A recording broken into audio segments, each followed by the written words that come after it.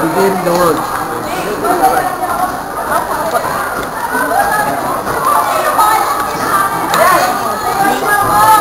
May the Father, the Son, the Holy Spirit. Amen. We adore you, O Christ, and we bless you. Pants. First, ulitin mo rin. Because by your holy cross, you have redeemed the world. It is after 10 in the morning. The trial is moving to its close. There has been no explicit evidence. The judge knows that two enemies have handed Jesus over to him out of envy, and he is tired and absurd move. A choice between Barabbas, the criminal accused of robbery and murder, and Jesus is saying, he, Christ, the people chose Barabbas, and Pilate exclaimed, "What am I to do then when Jesus?"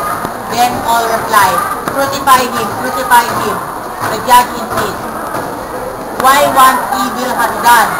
Once again, the response shouting, "Crucify him, crucify him."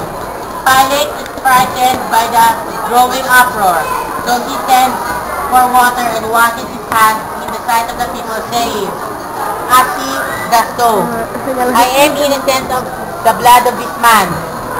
It's your affair." And having that Jesus scourged, he handed him over to them to be crucified. Their friends and possessed throats fall silent, as if God had already been vanquished. Jesus is alone, far off now, and the days when the word of the man brought light and people to man's hearts. Those long procession of sick people whom he had killed to triumphant acclaim of Jerusalem when the Lord arrived riding a gentle donkey. If only man once had one to give a different outlet to God's love. If only you, I had recognized the day of the Lord. Our Father in heaven, holy be your name, your kingdom come, your will be done, on earth as it is in heaven. Give us today our daily bread and forgive us our sins, as we forgive those who sin against us. Do not bring us into temptation, but deliver us from evil. Hail Mary, full of grace, the Lord is with you. Blessed are you among women, and blessed is the fruit of your womb, Jesus. Holy Mary, Mother of God, pray for us sinners, now at the hour of our death. Amen. Glory be to the Father, and to the Son, and to the Holy Spirit.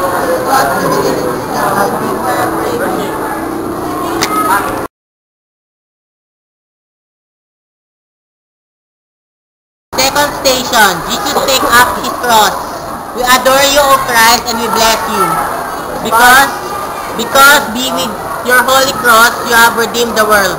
Because your holy cross, you have redeemed the world. Kung pa tayo ng station, yun ang introduction. I-response nyo, because by your holy cross, you have redeemed the world. Ulit. Because by your holy cross, you have redeemed the world. Okay. Tuwing nilipat tayo ng station, yun ang una, ha? Okay. Outside the city, the northwest of Jerusalem, there is a little hill, Golgotha its name. In the Aramaic, Locus Calvary, in Latin, the place of skull or Calvary. Offering no resistance, Jesus gave himself up to execution of sentence. He is to be spared nothing, and upon his shoulders fall the weight of the enormous cross, but through love, the cross became the throne for which he reigns. The people of Jerusalem and those abroad who have come to pass over put their way to the city streets to catch a passing glimpse of Jesus of Nazareth, the King of the Jews. There is a trembling voice, and now and then short silence, perhaps when Jesus makes his eyes of someone. If anyone wish to come after me, let him take up his cross daily and follow me. Now, lovingly Jesus embrace the wood which is to bring to him death.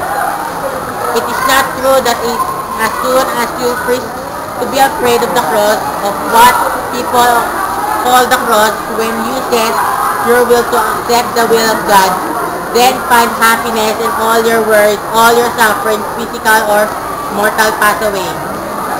Through the cross of Jesus, gentle and lovingly, the sorrows treat the house, there is only the joy of knowing what we are to redeem with Him.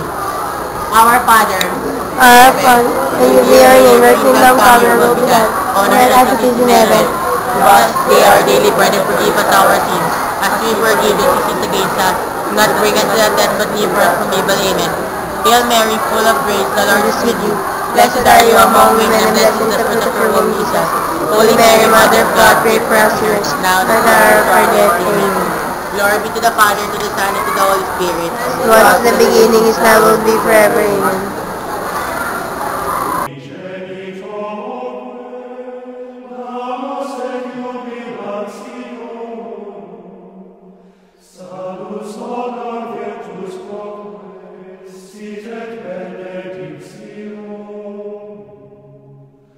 Procedenti abut tropque, compassit laude.